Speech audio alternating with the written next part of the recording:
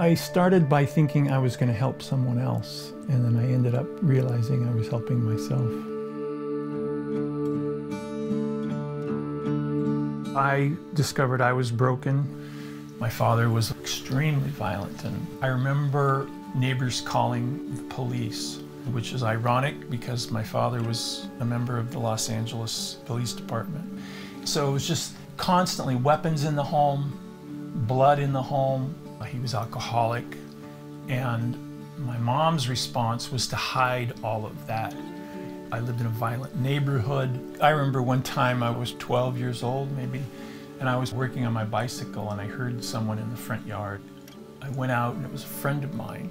He had been in the wrong side of the street and he'd been jumped and stabbed, and they stripped him and they took razor blades to his chest and his stomach and his back and his buttocks and his genitals and his legs. And he was laying in our yard bleeding and screaming, and I came out to help him, and he said, "No, don't call the police, don't call an ambulance, I'm gonna go home, I'll be fine."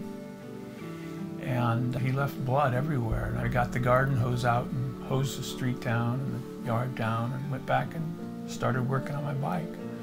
Those kinds of things became regular. It was all around us, and it was in my home, and I had no one to talk to about it. There was no comfort. The way we dealt with all this stuff was to deny that it happened. If it doesn't exist, you can't feel it, and if you don't feel it, you don't need to recover from it.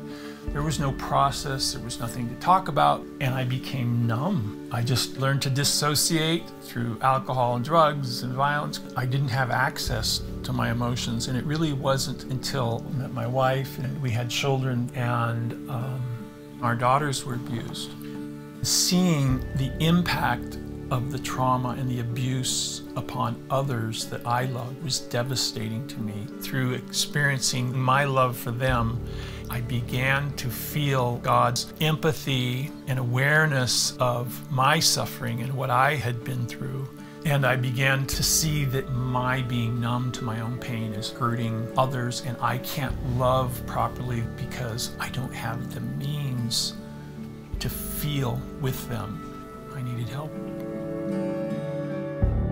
So part of the Mending the Soul process is to acknowledge and say, yes, I suffered abuse. I'm not going to minimize it. I'm going to feel what I really feel. I'm going to get my voice. Coming out of that numbness was really hard because I hadn't cried in decades, and I found myself crying out of control and grieving, and I never could feel that way before. It was not allowed. You don't do that. It was unmanly, it was unspiritual, but when I read the Gospels, Jesus was a man of sorrows and acquainted with grief, and to express sorrow or pain, it's not ungodly, it's quite healthy and natural. And I also had to struggle with God because part of me wanted to blame Him because I felt like it wasn't my fault that these things happened to me. That's the scariest part, to think there's something really wrong with you and letting people see your problems that you don't share even in church on Sunday morning. And working together in a group, you've come out of isolation and there's a normalization. We all have a soul with these terrible cracks in them, and we're letting the light of God shine into these very dark, shameful places. And that's where the healing can begin. Not having love from a father, it was normal to see God as distant. I'm in the process of embracing this parental love of God. His love is personal, it's real, it's heartfelt, it's emotional, it's greater than anything I've ever or will experience in my life. It's hard to believe that He loves me that much. I needed a real mega shift in the way I thought about myself and the way I viewed other people.